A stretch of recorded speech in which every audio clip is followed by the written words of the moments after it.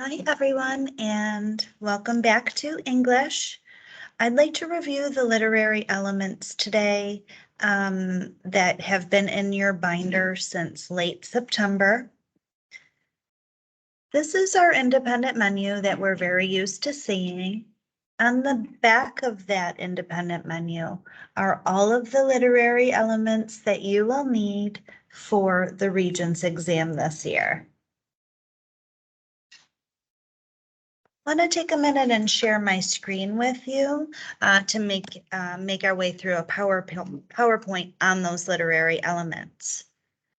On the Regents exam, you will choose one of these literary elements to write an entire essay about. So you have to kind of know what these literary elements are before you can write an entire essay on one of them.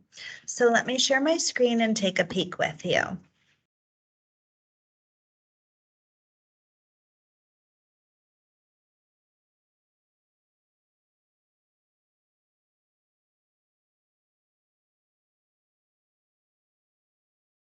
So on the title screen, you can see the literary element slide with the words text analysis response.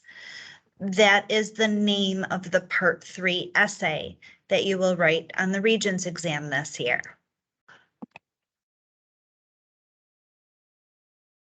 The first literary element I want to work with you guys on is imagery. Imagery is always a great bet for the final exam, the part 3 Regents exam, because this is like you can read something that they give you to read and really pick up on imagery. The author's word choice that appeals to the senses, seeing, hearing, tasting, touching, and smelling.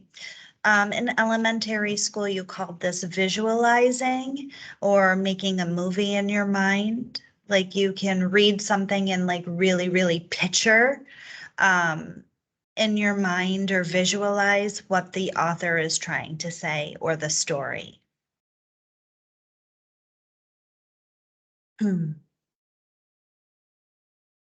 So you guys know what conflict is. Conflict is just a different word for a problem.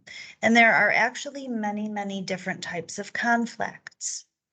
A conflict is a struggle between opposing characters, forces, or emotions. So for example, in the middle of the circle here, you see a man, and then there are 5 major types of conflict. Man versus man is kind of like character versus character. In a lot of the Marvel movies, you'll see 2 people like the Batman and the Joker or something have a conflict. It's like person versus person. Person versus self conflict is like when a character is struggling with something inside of them, struggling with a decision or struggling with life choices.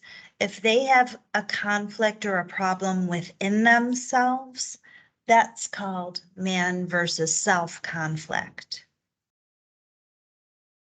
Man versus technology conflict are also really interesting types of books or movies to watch. It's kind of like when robots or AI come to life, or it's like a person versus a computer or technology or a robot.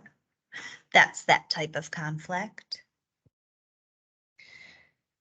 My son's favorite types of movies or books to read are man versus nature conflicts.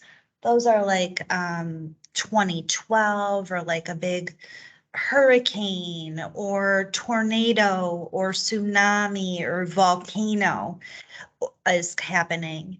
Man versus nature could also be like any type of like wild beasts attacking a person, like Stephen King's Cujo, which was a really good book and movie about a big St. Bernard getting rabies and going crazy. The last type of conflict is man versus society. This is like when you're up against something like government is trying to keep you down, or like the society or the government is like against one person. That's what that type of conflict is. Maybe you'll choose to write your part 3 essay on conflict.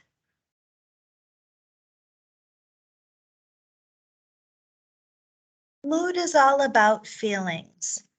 The feeling the writer creates for the reader. What emotions does the text make you feel?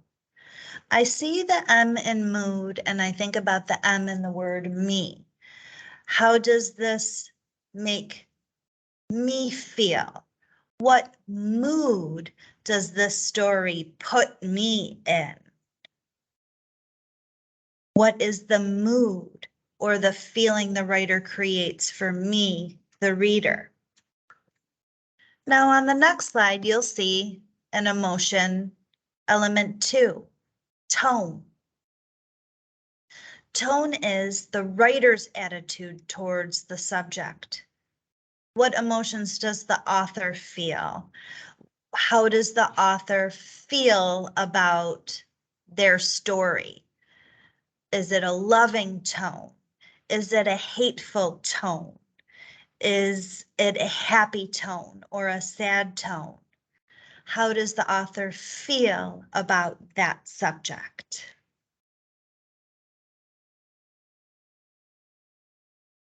Characterization is always something that you can write about on the Regents exam, and it's simply the process by which a character's personality is shown.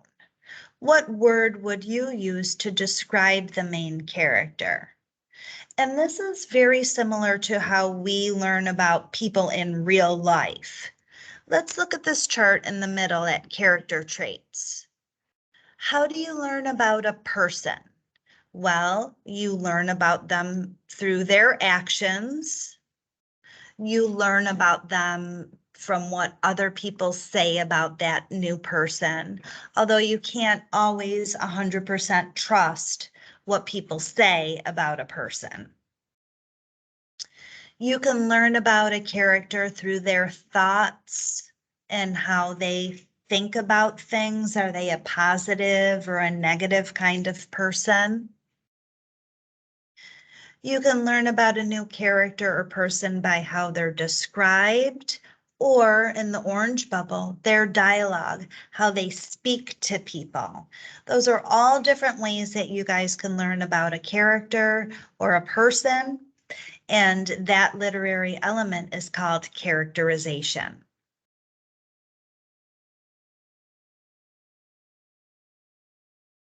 Irony. Irony is the difference between what is expected and what actually happens. If you guys were here before winter break, you read As a Play With Me. That was super fun. The Gift of the Magi. And Mrs. Homazak and I had a great time reading that with you.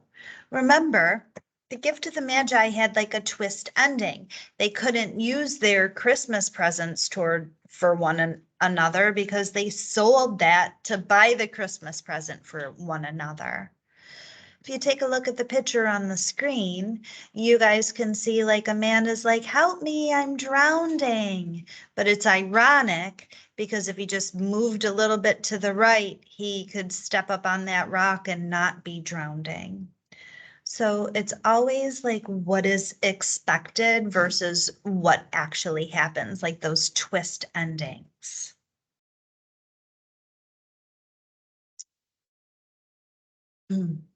Okay, a flashback. Flashback is something that you guys see on The Simpsons and Family Guy all the time. A flashback is an interruption in the story that flashes back to a time before the story began. So in the picture, you see like an older guy thinking about a time that he was a kid. Like I say, you see flashbacks a lot in movies and TV. It's when the story is interrupted to flash back to an earlier time. Maybe you might want to write your Part 3 Regents exam on flashback.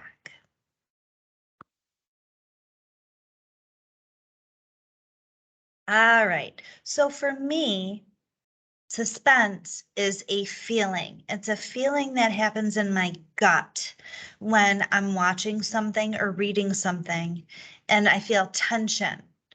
The definition is the tension created when the author leaves the reader in doubt about what's coming next. So, like, you see a group of teenagers walking in the woods at nighttime, and you start to hear like, and you start to get like this feeling about like what's coming next. That feeling is suspense. That it doesn't have to be a horror story. Most TV shows or movies, even if it's like Criminal Minds or Gossip Girl, even has suspense. It's basically like when you don't know what's coming up or what's going to happen to the story or the characters. It does not have to be a horror story. In fact, most good writing has suspense. It leaves you wondering about what's coming next in the story. Finally, rhetoric. Rhetoric is a device used to persuade an audience, mostly found in commercials or speeches. I know Mrs. Forget worked a lot with ethos, pathos, and logos if you had her in ninth grade. This is like if you are trying to persuade somebody using ethos. You're like, believe me, I'm credible. I'm the president of the company, and you should buy this product because I'm a credible guy or girl. Pathos has to do with dealing with your emotions.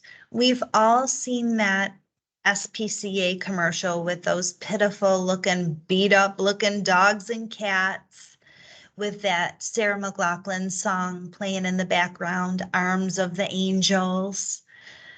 Don't get it twisted. That advertisement is made to play on your emotions because running along the bottom of the screen is the number or the website that you can call to give them some money for those animals. Logic.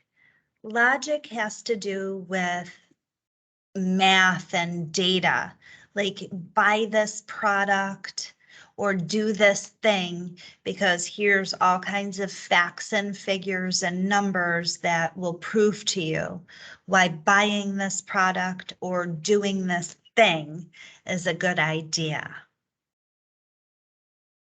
I'm gonna minimize my screen at this time. Come back together as a whole group with you guys.